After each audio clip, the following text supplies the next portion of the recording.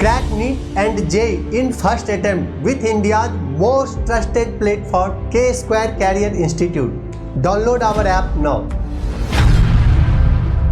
Hello everyone, let's read the question. The resistance of one end solution of a salt is 50 ohm.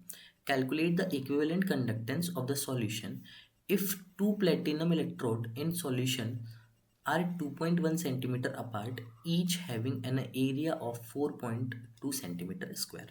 ठीक है, इस question में आपको क्या बोल रहा है कि आपके पास में रेजिस्टेंस है वन एंड सॉल्यूशन का जो कि कितना है 50 ओम है. ठीक है, आपको बोल रहा है कैलकुलेट करो क्या इक्विवेलेंट कंडक्टेंस आपको यहाँ पे कैलकुलेट करने बोल रहा है. ठीक है, किसके लिए? सॉल्यूशन के लिए. अगर आपके पास में दोनों प्लेटिनम की इलेक्ट्रोड्स है किसमें सॉल्यूशन जो कि 2.1 सेंटीमीटर का है अपार्ट है और इसके पास में इनका एरिया क्या है 4.2 सेंटीमीटर है. तो सबसे पहले यहाँ पे गौर करने वाली चीज़ है हमारे पास में गिवन क्या क्या है वो देख लेते हैं. ठीक है, तो आपके पास में यहाँ पे रेजिस्टेंस गिवन है जो कि कितना है 50 ओम है.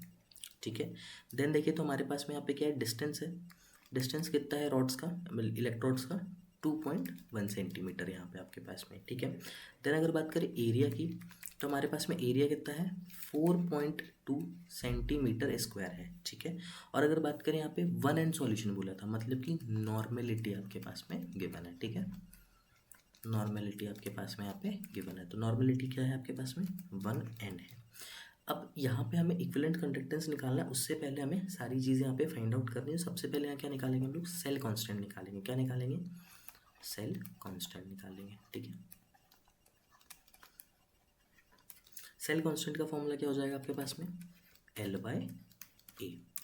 L क्या है आपके पास में अगर बात करें तो 2.1 है. ठीक है, और अगर A की बात करूँ तो कितना है आपके पास में 4.2 है. तो यहाँ पे क्या आ जाएगा आपके पास में 0.5. और अगर बात करें यहाँ पे आपका सेंटीमीटर था, यहाँ सेंटीमीटर स्क्वायर था, तो क्या हो जाएगा आपके पास में यहाँ पे देखें हम लोग तो यहाँ पे सेंटीमीटर इनवर्स आ जाएगा. ठीक है, देन इसके बाद में हम लोग क्या निकाल लेते हैं हम कंडक्टेंस निकाल लेंगे. क्या निकाल लेंगे हम लोग? कंडक्टेंस निकाल लेंगे. कंडक्टेंस आपके पास में क्या होता है? कंडक्टेंस होता है आपके पास में G इक्वल्स टू क्या होता है 1/r. ठीक है, तो आपके पास में क्या हो जाएगा 1/50. तो ये कितना हो जाएगा आपके पास में 0.02 सीमेन. ठीक है, देन हमारे पास में अब आगे बढ़ जाते हैं हम लोग इस पे स्पेसिफिक कंडक्टिविटी निकाल लेंगे. हम लोग क्या निकालेंगे? Specific conductivity. ठीक है, स्पेसिफिक कंडक्टिविटी जब हम लोग निकालेंगे तो बेसिकली हम लोग यहाँ पे यार फाइंड आउट करेंगे के फाइंड आउट करेंगे. ठीक है, के फाइंड आउट करेंगे और यही आपके पास में जो इक्विवेलेंट कंडक्टेंस है ना उसमें फॉर्मूले में आपके पास में स्पेसिफिक कंडक्टिविटी यूज़ होता है. इसलिए हम इतनी सारी प्रोसेस यहाँ पे कर रहे हैं. वो कितना होगा G इक्वल्स में मतलब कंडक्टेंस इक्वल्स टू आपके पास क्या होता है सेल कॉन्स्टेंट है ना. इतनी चीज़ें हमें कैलकुलेट करने की ज़रूरत है. तो आपके पास में यहाँ पे क्या हो जाएगा 0.02 इंटू आपके पास में 0.5. तो ये कितना हो गया आपके पास में 0.01 सेंटीमीटर इनवर्स.